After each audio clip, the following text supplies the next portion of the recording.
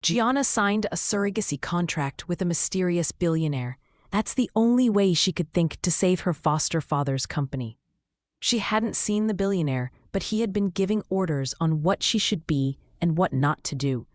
Because he wanted a healthy child, Gianna had to abide by a series of rules.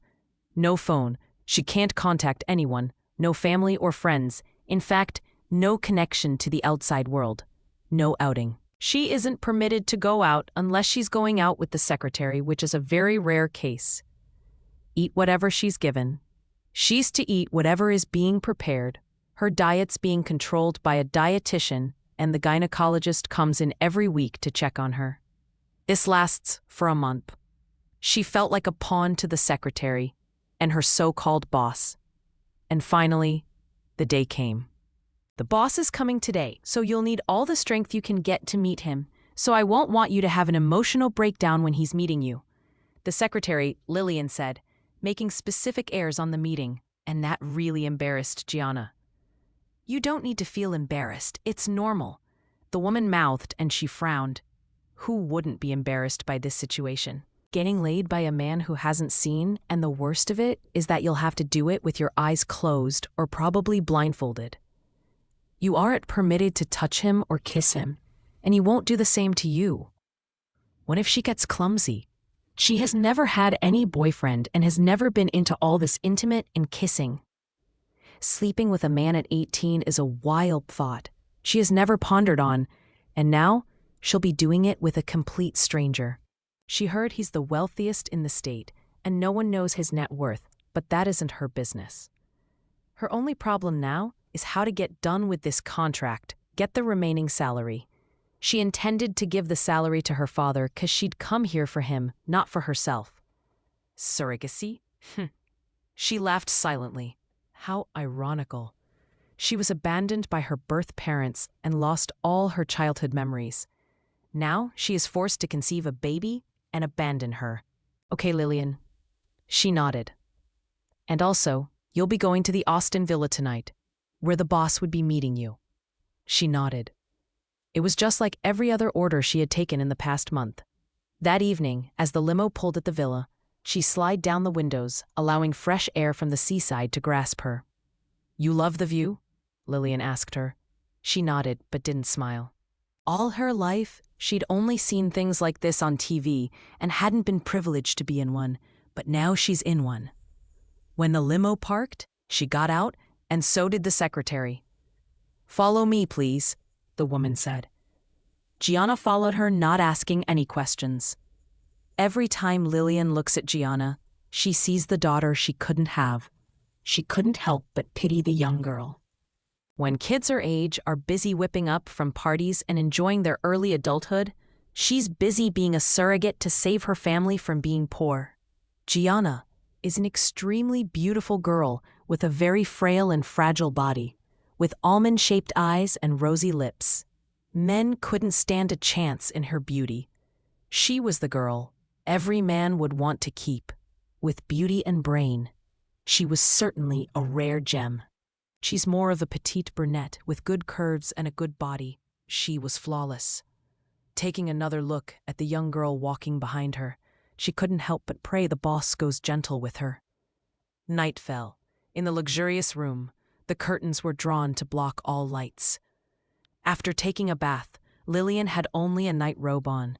She was requested to wear a blindfold and wait on the king-size bed. Now she has lost her sense of sight, but her sense of hearing was greatly enhanced.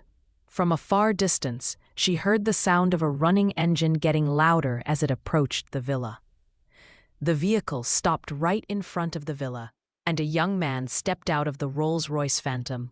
The guards bowed as he walked past them. The man was wearing an elegant black Armani tux with a black shoe. The watch on his wrist was a very expensive one. He walked elegantly, like an aristocratic king, and went inside the villa. Gianna, usually calm, her heart tightened as she felt an unprecedented nervousness and restlessness. She strained her ear to hear steady footsteps. As it grew louder, she knew the person was coming upstairs. The door opened and someone walked in, then closed the door behind him. She moved from the center of the bed and coiled up herself by the headboard. Is he my employer? Is he here already? With all this running question, she could help but worry. The person sat on the extreme of the bed, removing his shoes. He climbed the bed.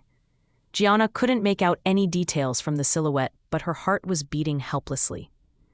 Although she couldn't see his face, she was able to sense his strong, overwhelming presence, especially his cold line of sight. He has an air of aggressiveness, unique to a ruler, and he seemed like an arrogant and proud aristocratic lord. He moved closer to her to get a better look at her, and was really encouraged by what he saw. Whilst her, sensing his looming presence, she coiled up like a ball. Please, tell me who you're, I'm scared. She panicked, but he didn't say a word. Only his even breathing and heartbeat could be heard. Looking at the woman in front of him, he loosened the robe. Her soft and milky white skin was exposed to the air. Not waiting for her reaction, he delved. Please wait. Can I see your face? It's dark, and I'm very scared.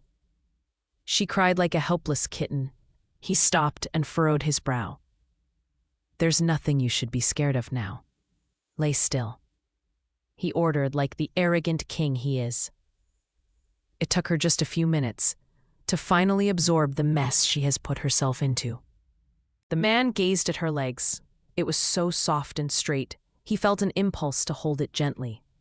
No, she was meant for one thing, to be used and tossed away. Since his mom passed away, he has had an indifferent attitude towards women. He's never had time for them. The only thing he is after now is being made the head of the De Marcos and being handed the staff of authority. But looking at the girl before him, she was pure and so naive. She's just like an innocent prey, while he's the ruthless predator. Please, be easy on me. I don't want to get hurt, she said. Her voice was light music to his ears. No, when did I start having such feelings towards women? He sighed. You would be handsomely rewarded. Your pain should be taken care of. Now it isn't my problem, he said arrogantly. Gianna obeyed and lay still for the fear of being ruthlessly hurt by this man. She obeyed all his following orders. There's no need for any foreplay. He's just gonna get this done and leave when he's sure he has done enough to sire a child. But something caught his attention. It was her lips. He has never kissed any woman before, and this woman here is going to steal his first kiss. They were like rose petals against the wind, whimpering like a child that's about to cry. He bent over and took her lips full on his. He kissed her lips, then forced her mouth open with his, then he ravaged her mouth, sucking her lips and her tongue. Gianna was shocked by this action. Hadn't Lillian told her that there won't be any kissing or extreme touches? Why is the boss breaching the contract? When he kissed her, she didn't kiss him back. She just allowed him to do what he wanted, and a few times he clumsily bit her lip. She was no good in kissing. Neither was he. She hadn't had any boyfriend, so wasn't a fan of intimacy and romance. When he'd kissed her to his heart content, he played with her lips. Looking at her, she was so pure. Her slender waist can be held by his one arm. He was still playing with her lips when he whispered to her ear. Just close your eyes. His voice was unlike the four. This wasn't ordered like the other. It was a request. His fingertips were moist and chilly, but when he touched her already lukewarm skin, warmness filled her. He touched every part, and she couldn't help but feel humiliated. Shame, guilt, and humiliation filled her. She almost pushed his hands away, but like he knew her thoughts, he held her hands. Forcefully he attacked. Ah, she shrieked. The pain was so much. Shh, he said. She took her hand and pushed his chest, but he was so strong she couldn't push him off her. It was so violent, she didn't expect such pain. Is this his all? If it is, she can't withstand his all. She can't withstand his everything. No, please don't, she cried. He stopped. This was what you wanted, he asked. You should know what you're supposed to do when you came here, or don't you know? He asked her, sarcasm in his voice. No, she stammered. Now, keep shut, he ordered, and continued with his dealings. Now she regretted ever taking this contract. Viewing it, she thought it was an easy task, but it turned out to be a visit to hell for her. Of all options, she has crossed to the main depth of sin. She'd thought of many ways to raise a fund for the family, but she never thought she'll have to sleep with a stranger one day. She has gone through this path, now she'll have to go through it till the end. Gianna was finally slipping into unconsciousness when the man finished. He leaned forward and kissed her full on the lips before he left the room. When she woke up later that morning, the room was empty. She tried to get up, but her legs couldn't hold her, like she was rammed by a truck. The door opened, and Lillian into the room. She was holding a set of new clothes. "The boss sent this for you," she said. "How are you feeling?" she asked Gianna. "I'm feeling like I had just been rammed by a truck." She wanted to yell in pain, but the words couldn't come out. Looked like her lips had been glued after the strenuous affair she had with the boss last night. The door burst open, and another young lady walked into the room, looking so enraged and furious like she was going to explode soon. "Are you the so-called surrogate?" she asked Gianna. Innocently, the girl nodded, and a tight slap followed the reply. Gianna felt so humiliated by the slap. "Don't ever think that you can get close to Andre with this contract, 'cause he's my fiancé," she said in a demeaning rage. "Andre won't ever touch you again. In the near future, don't even try to use this child as an excuse to." "Miss, you don't need to worry. I know the rules of the contract, and I won't breach them, so your relationship with Sir is secured." Gianna mouthed, stopping the other woman before she says more things to humiliate her. "You better be sure to know that," she hissed, pushing Gianna before she left. The latter fell to the floor. Gianna stands up. "Your health is the most priority." Lillian helped the young girl up. "Take this. Go and freshen up.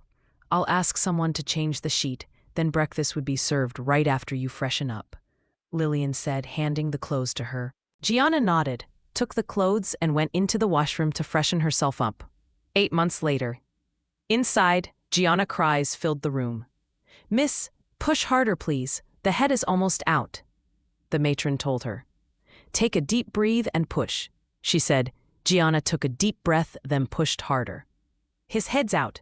Just one more push and—" Before the woman could finish, she pushed and the baby came out. "It's a boy!" she exclaimed, giving the baby to the third nurse. "There's another one. You just have to push again, so he'll go through the same passage as his brother," a younger nurse said. "I can't do this," Gianna cried. She was already in pain. "Gosh, I never knew childbirth is as painful as this. You just have one more push."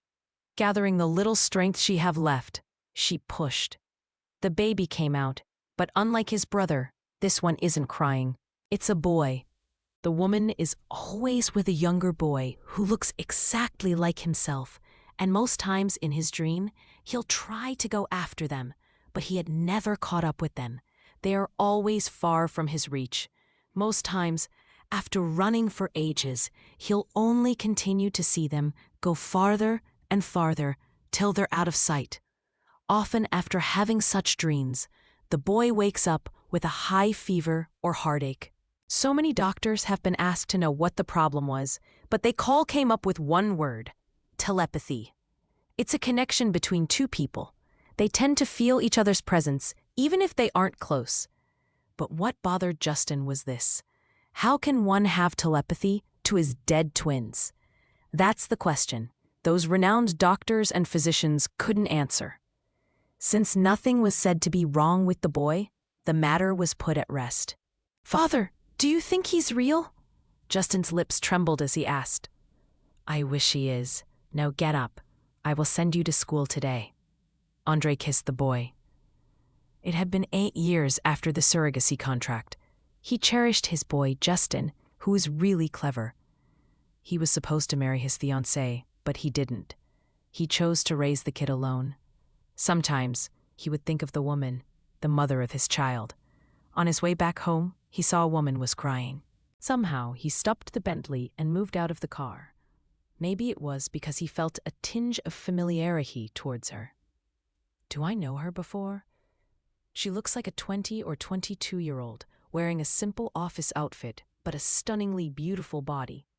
Even though her outfit looks bedraggled and cheap, it accentuated her beautiful body more.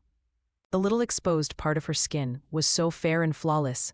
Andre looked at her with great desire, but it was masked with a cold profile. Seeing her bruised knee, he dipped his hands into his pocket and brought out his wallet. Shoving some dollar bills to her hands, she was still crying, but didn't touch the money. This woman is so greedy. He brought out a lot more bills and shoved it again. She didn't touch it. Rather, his rude attitude infuriated her the more. Since he was young, he learned something. Money can solve every problem. Seeing her refuse his money made him angrier. He took out his checkbook and wrote a blank check, then handed it to her to fill it up with the amount she wanted. She took it and stood up. Greedy woman, his head told him. Facing him, he was shocked to see her. This is the same woman that did the surrogacy 8 years ago. He was shocked to see her after that obscure night years ago. He couldn't forget her face, so beautiful and charming, and her voice so soothing like music. She tore the check into pieces and threw it at him. I might be poor but hate to be degraded. Your money means absolutely nothing to me. She let the few dollar bills fall to the floor. Then she gathered her files and limped away. If it was to be any other person, he'll let them pay. But looking at her, he was so astounded to see her again. He didn't get angered at her insult. He stood there for like 5 minutes, watching her leave before he turned to his car. But something caught his attention. She'd forgotten her ID card on the floor. He bent and picked it up. Putting it into his pocket, he walked back into his car. He placed a call to his manager immediately. Aaron, I'm sending you something now. I want you to gather information on the person from now till evening. He ordered and hung up. Now he has found her. He isn't gonna let her slip away.